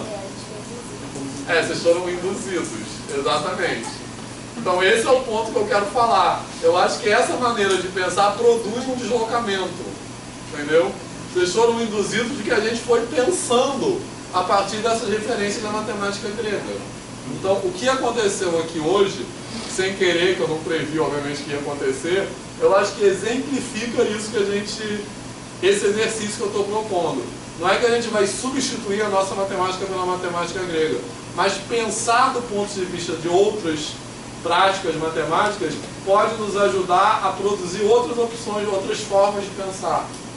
Tá legal? Eu acho que hoje aconteceu um pouco isso. Aqui. Certo? Beleza? Concordam com isso? Bom. Então reparem só. Né? Por exemplo, aqui a gente tem uma grandeza de uma determinada espécie, tá legal? Certo? E um número de partes que não é uma grandeza. Eu estou pensando aqui no número como uma coisa abstrata mesmo. Tranquilo? Certo? Tipo assim, essa situação aqui, eu vou pegar, pensando numa situação mais que dê materialidade para o que eu estou falando. Eu vou pegar, por exemplo, um comprimento de...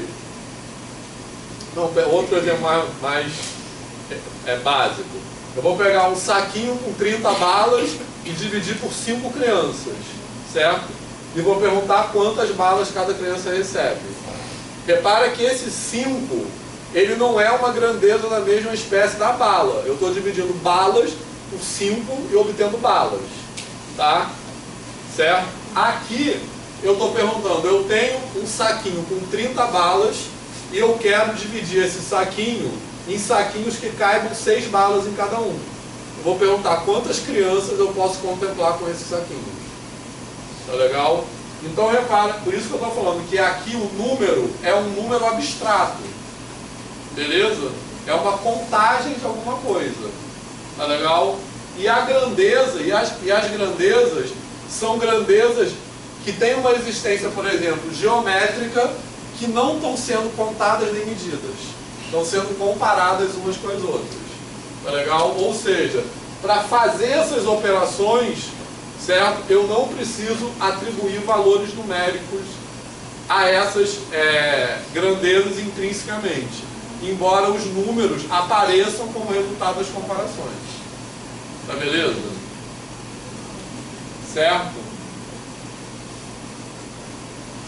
Ficou claro isso? Então aqui eu tenho uma situação, aqui, voltando para cá, eu tenho uma situação na qual eu multiplico uma grandeza por um número, o resultado é uma grandeza de mesma espécie dessa aqui.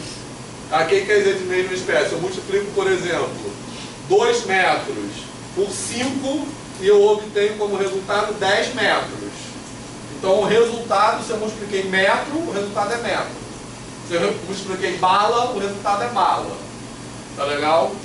E aqui eu divido, por exemplo, 10 metros em 5 partes iguais, o resultado é 5 metros. Tá legal? Desculpe, 2 metros. Aqui eu vou ver quantas vezes 2 metros cabe em 5 metros. O resultado é 5 vezes e não 5 metros. Tá?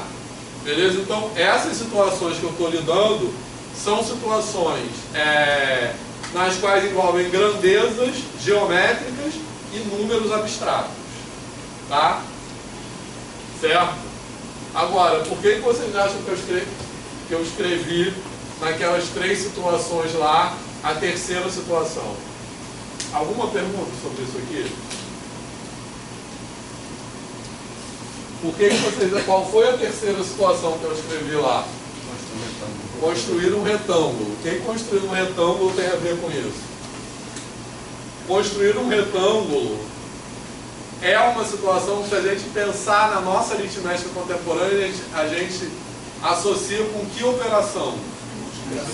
Multiplicação.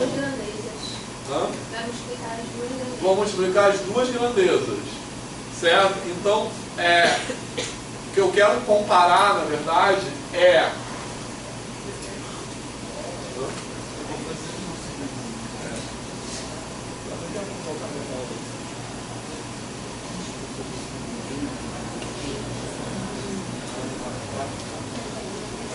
olha só. Então, comparando a situação 3 com a situação 1, na verdade. Olha só. Aquela situação 3, vocês falaram que também é uma situação de multiplicação. Aí a Carol falou, eu multiplico duas grandezas de mesma espécie. Tá legal?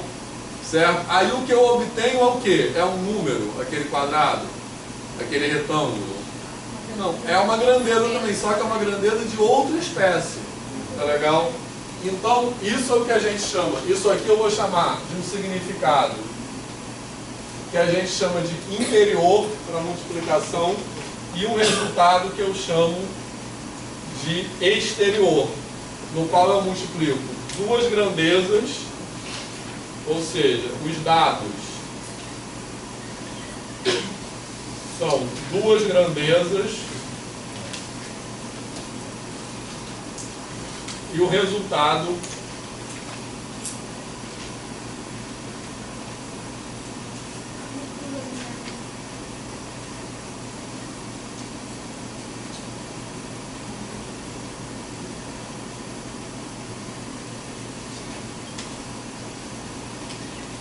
é uma grandeza de outra natureza, tá certo? Beleza? Fala, Paula. Tá, então... Porque associando isso a essas operações. Tá, na verdade eu quis... Não, sei não que seja difícil não, mas... Mas eu acho muita viagem isso mesmo. Olha só, na verdade eu quis com isso, a gente vai continuar amanhã, tá falando sobre isso, tem um monte de coisa que eu deu tempo de falar. Eu quis com isso virar um pouco do avesso a maneira como a gente pensa nas operações. Tá? Na verdade eu dei uma atropelada, porque o que eu queria fazer é mostrar para vocês, mas para isso eu preciso da definição de proporcionalidade dos gregos. Eu quero discutir com vocês como isso aqui, que são duas, repara só, são duas situações geométricas completamente diferentes, tá legal? Mas que eu unifico elas com a mesma operação de multiplicação. Concorda? São duas situações que são, se você olhar do ponto de vista da construção geométrica, certo? Elas são completamente diferentes, mas elas são expressas por uma mesma operação na nossa matemática contemporânea, que é uma operação de multiplicação. E o que unifica aquelas duas situações geométricas que são completamente diferentes para tudo virar multiplicação, certo? O que unifica isso é a medida. Isso só vira multiplicação quando eu meço todo mundo. Tá legal? Certo? Bom, aí, associada a esse significado exterior de multiplicação, tem um significado exterior de divisão também. Tá legal? Certo? Mas, antes de falar nisso, reparem no seguinte. Aquilo que a gente entende hoje como multiplicação, certo? Na verdade, o nosso conceito matemático contemporâneo de multiplicação, ele incorpora e unifica dois tipos de operação que são intrinsecamente diferentes. Uma operação que tem um caráter interno. Por que eu estou chamando de um caráter interno? Esses nomes são os nomes que eu uso no livro, tá? Certo? Podia ter outros nomes. Não sei nem se é um nome bom isso. A gente está chamando de interior e exterior. Mas o que eu quero dizer com interior e exterior? Multiplicação, ou eu multiplico uma grandeza por um número e obtenho uma grandeza de mesma espécie, certo? Ou eu multiplico duas grandezas, uma pela outra, que não entra número, tá legal? E eu obtenho uma grandeza de outra espécie. Então tem dois tipos de multiplicação que a gente unifica como uma operação só. Tá legal? Certo? Agora, já a adição, ela é uma operação só mesmo. Né? Porque a adição, eu somo metro com metro e obtenho metro. Tá legal? Certo? Na multiplicação, não tem como, não tem uma situação de você multiplicar metro por metro e obter metro. Certo? Ou você multiplica metro por número e obtém metro, ou você multiplica metro por metro e obtém o quê? Metro quadrado. Tá legal? Certo? A gente está usando comprimento e área como exemplo, tá legal? Mas eu posso extrapolar isso aqui para grandezas de outras espécies, tá legal? Então, o significado interior da multiplicação, ele se refere à situação na qual eu multiplico uma grandeza por um número e eu tenho uma grandeza de mesma espécie. E ele se desdobra em dois significados para divisão, dependendo de quem eu pergunto. Né? Repartição ou medida. Tá legal? O significado exterior, certo? Eu multiplico duas grandezas que podem ou não ser de mesma espécie e obtenho uma grandeza que é de uma terceira espécie. Tá legal? Enquanto a adição e a subtração são sempre interiores. Certo? Porque eu sempre somo ou subtraio duas coisas de uma mesma espécie e obtenho uma outra coisa que é daquela mesma espécie. Tá legal? Certo? Agora, eu falei agora que eu botei aqui duas grandezas que podem ou não ser da mesma espécie. Certo? O exemplo que a gente deu de um significado exterior é quando eu multiplico comprimento por comprimento e obtenho área. Tá legal? Quem pode dar outros exemplos de multiplicação exterior? Quando a gente fala de vetores, a gente fala... Tem a ver também. Escalar interna, produto vetorial externo. Então, tem a ver com isso também. Certo? Sim, isso. Beleza? Então, isso tem a ver, na verdade, com o seguinte. Por que eu chamo aquelas operações de produto de matrizes, ou por que eu chamo aquilo de produto e não de outra coisa qualquer? Certo? Porque o que eu estou dizendo aqui é que as operações de adição, de multiplicação, elas têm um espírito diferente. A operação de multiplicação, ela é uma operação interior, sempre, certo? E a operação de multiplicação, ela tem um caráter interior, mas aí quando entra uma ideia de multiplicação por escalar, né, que é quando eu multiplico um vetor por um escalar, por exemplo, ou ela tem um caráter exterior, que é o caráter, por exemplo, do produto vetorial. Tá legal? Certo? Então, é por isso que se chama aquilo de produto. Poderia chamar de outra coisa qualquer. Porque aquelas operações já têm um espírito comum. E aí tem uma relação entre elas também, que é amarrada pela propriedade distributiva. Tá? Beleza? Mas olha só para acabar hoje. Quem pode me dar outros exemplos de comprimento por área que dá o quê? Volume. Certo? Beleza? O quê? Uma viagem legal, né? Não uma viagem horrível. Olha só. Outros exemplos disso aqui, porque isso aqui se refere a multiplicação e divisão. Outros exemplos, velocidade, certo? Velocidade é uma divisão exterior, certo? Porque eu divido comprimento por tempo, né? E obtenho uma outra grandeza que é a velocidade. Outro exemplo, densidade, né? Eu divido massa por volume e obtenho uma outra coisa, certo? E aí é barato. Estou acabando. E obtenho uma outra coisa, certo? Agora, escala interior. Porque a escala eu pego uma coisa e multiplico por um escalar, né? Por um número. Beleza? Certo? Agora, nas multiplicações exteriores, tranquilo? Beleza? Tem sempre, sabe aquela relação que eu falei no começo da aula entre a unidade de comprimento e a unidade de área? Beleza? Que eu falei, vou falar uma coisa que era um spoiler, que eu queria chegar a isso no final.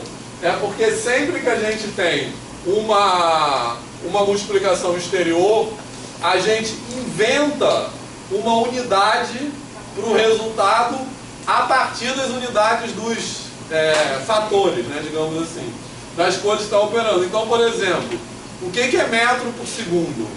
Metro por segundo é uma unidade de velocidade, certo? Que está por trás da gente fazer uma multiplicação exterior entre um deslocamento, um comprimento que é medido em metros e um tempo que é medido em segundos.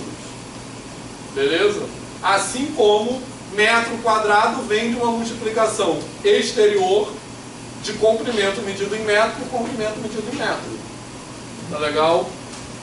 Beleza? Então, na verdade, o que unifica, que é o que eu quero continuar a falar amanhã, o que unifica isso aqui como uma única operação que a gente tem na matemática contemporânea, tá legal? É quando a gente mede, na verdade, o que a gente multiplica são os valores das medidas. É nesse momento que isso tudo vira multiplicação. Certo? Mas, olha só. Então, a ideia dessa discussão que a gente vai continuar amanhã é pegar essa inspiração da matemática grega, que é a separação entre números e grandezas, certo? E virar do avesso a maneira como a gente pensa nas operações aritméticas. Estão entendendo o meu objetivo? Hoje você já desconstruiu a multiplicação? Isso, certo? Então, por que eu acho que isso é relevante? Porque tem muitas coisas que são relevantes quando a gente discute o ensino das chamadas operações elementares, que são iluminadas por essa discussão. E que se a gente não fizer essa discussão, a gente nem se toca com aquilo. Entendeu o meu objetivo? Conseguiram vivenciar essa ideia de virar do avesso, a maneira como a gente pensa? Estão se sentindo virados do avesso? Então é isso, amanhã a gente continua.